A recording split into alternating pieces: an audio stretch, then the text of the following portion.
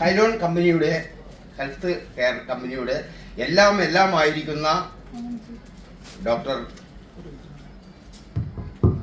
David P Saji സാറിന് കൃതജ്ഞമായ സ്നേഹവന്ദനവും കൂടെ ഇത്തരത്തിൽ അറിയിക്കുന്നു.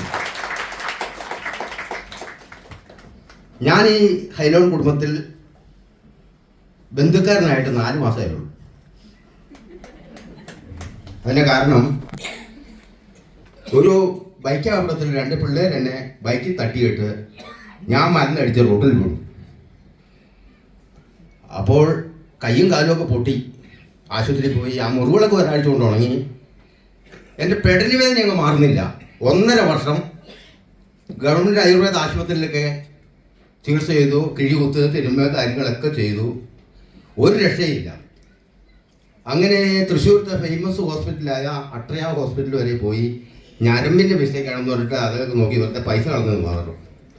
അങ്ങനെയൊക്കെ വേദനയെ സഹിച്ച് നടക്കുന്ന സമയത്ത് എൻ്റെ ഇൻറ്റിമേറ്റ് ഫ്രണ്ടായ ആ പുത്തൂരുള്ള ഗോപി എന്ന് പറഞ്ഞൊരു കൂട്ടുകാരൻ, അത് ചേട്ടാ ഒരു സംഭവം ഉണ്ടെന്ന് പോയി നോക്കുന്നു പറഞ്ഞു. അങ്ങനെ അദ്ദേഹത്തിൻ്റെ സഹധർമ്മിണിയായിരിക്കുന്ന ഓമന മേഡവും ഞാനും വന്ന് ഈ മീറ്റിങ്ങിൽ അറ്റൻഡ് ചെയ്തു.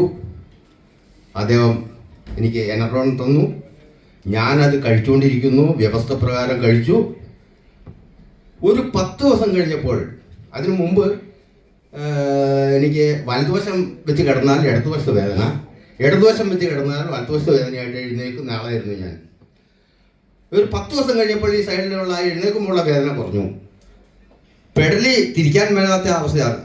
ആരെങ്കിലും മാത്തിച്ചേട്ടാ മാത്തിയോ എന്ന് വിളിച്ചാൽ ഉടലോട് കൂടി ഇങ്ങനെ നോക്കുന്ന അവസ്ഥയിലായിരുന്നു അതുവരെ.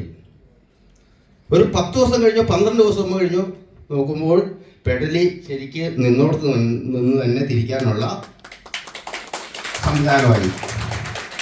മുമ്പ് എന്നോടൊരു വൈദ്യര് പറഞ്ഞായിരുന്നു കേട്ടോ, താങ്കളുടെ 2 ഞരമ്പിന് ബലമില്ല എന്ന് പറഞ്ഞിരുന്നു. അത് ഞാൻ ഹൃദയത്തിൽ എഴുതി വെച്ചു.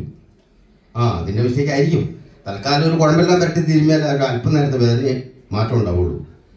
ഇത് കഴിക്കാൻ തുടങ്ങിയപ്പോൾ രക്തോട്ടം ഉണ്ടായി എന്നുള്ളതാണ് നമുക്ക് മനസ്സിലാക്കാനുള്ളൂ.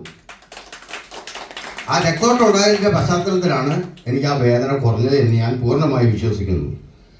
പിന്നെ പ്രായത്തിൻ്റെതൊക്കെ വ്യത്യാസത്തിൽ എനിക്ക് പല ഞരമ്പുകൾക്കൊക്കെ ബലമില്ലാതെ ഇരിക്കുകയായിരുന്നു. അതൊക്കെ ഇത് കഴിച്ചപ്പോൾ ബലം വെച്ച് തുടങ്ങി. അത്